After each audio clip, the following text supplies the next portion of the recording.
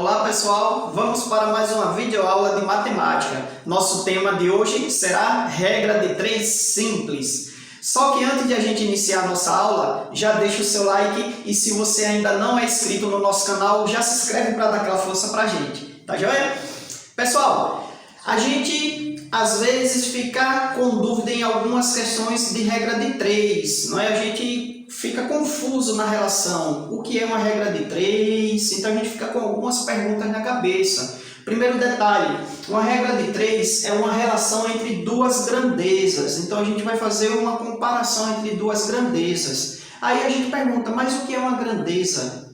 Uma grandeza, pessoal, é tudo aquilo que pode ser medido, certo? Então tudo que pode ser medido a gente chama de grandeza.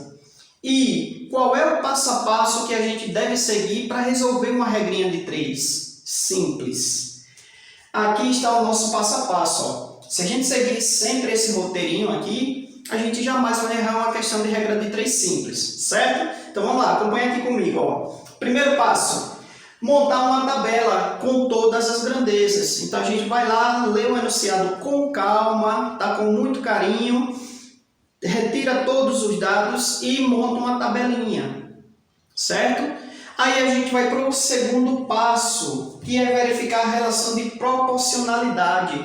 O que seria essa relação de proporcionalidade? A gente compara as grandezas e vê se elas vão crescer juntas ou diminuir juntas. Se elas crescerem juntas ou diminuírem juntas, a gente diz que as grandezas são diretamente proporcionais. Tá joia? Porém, se uma grandeza estiver aumentando e a outra diminuir, a gente diz que essa relação é inversamente proporcional. Então, serão grandezas inversamente proporcionais. Tá joia? Esse foi o segundo passo.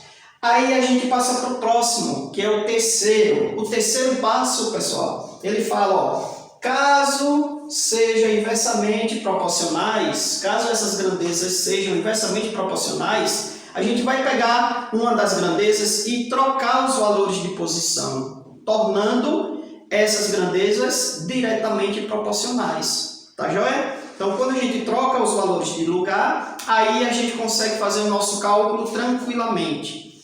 Tá bom? E o nosso quarto passo é o de calcular. Então a gente vai efetuar o nosso cálculo para quê? Para encontrar a nossa incógnita, ou seja, aquele valor que é desconhecido, que a gente não conhece, certo? Então esse é o quarto passo. Só que para a gente entender melhor esses conceitos de regra de 3, nada melhor do que a gente aplicar na prática, certo? Então acompanha aí na tela a nossa primeira questão de hoje. Para fazer a instalação de uma casa, 8 eletricistas gastam 3 dias. Em quantos dias 6 eletricistas poderão fazer o mesmo trabalho, certo? Então essa era a nossa questão. Pessoal, aqui eu já montei o nosso esqueminha. Ó. Analisem que eu coloquei as duas grandezas, a quantidade de eletricistas e a quantidade de dias. Essas são as nossas duas grandezas. Ele fala que 8 eletricistas fazem essa instalação em 3 dias. Aí a pergunta é, com 6 eletricistas, quantos dias eles irão gastar aí para fazer essa instalação? Então, pessoal, vamos analisar, comparar essas duas grandezas. Ó. Com 8, eles gastam 3 dias. Se a gente diminuir a quantidade de eletricistas, a gente vai ter que aumentar a quantidade de dias, certo? Então, ó, aqui está diminuindo, aqui vai aumentar, certo? Então, a gente vai precisar de mais dias aí para fazer esse trabalho. Então, ó, setinha para baixo, setinha para cima. Trata-se de grandezas inversamente proporcionais. Para que a gente possa fazer o nosso cálculo, né? A gente fez essa verificação, a gente vai para o terceiro passo. O terceiro passo é, como a gente já verificou que são inversamente, pega aqui ó, a grandeza e inverte. Então, ó, 8 e 6, a gente ficaria com 6 e 8. E aqui, ó, 3 e x. Agora sim, trocamos essa posição e tornamos diretamente proporcionais. E agora, pessoal, é só fazer multiplicação em cruz, ó. Tá bom? Então, ó, 6 vezes x, 6x. Isso vai ser igual a 8 vezes 3, que dá 24. Agora, o 6 está multiplicando o x, ele passa para o segundo membro dividindo. Então, a gente vai ficar com 24 sobre 6. E o nosso resultado final será 3.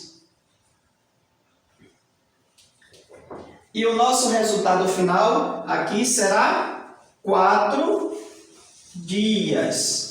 Tá ok? Então quer dizer o quê? Que com 6 eletricistas serão necessários 4 dias aí para fazer o mesmo trabalho, tá? Que os 8 fariam em 3 dias. Então essa é a nossa resposta da primeira questão. Acompanhe aí na tela a nossa segunda questão.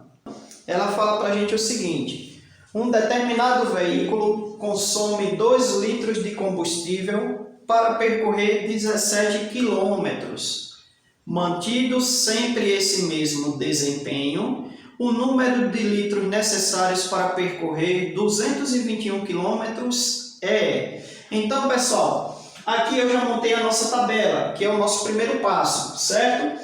Depois que a gente fez o primeiro passo, a gente vai comparar se essas grandezas são diretamente ou inversamente proporcionais. Tranquilo?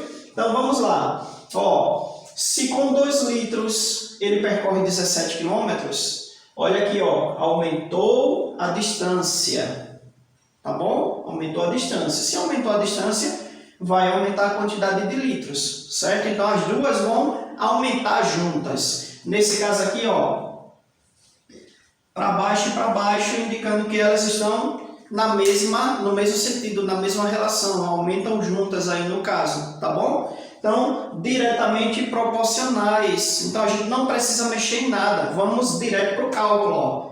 Multiplicação em cruz. Tranquilo? Então, ó, x vezes 17, 17x, igual a 2 vezes 221, ó.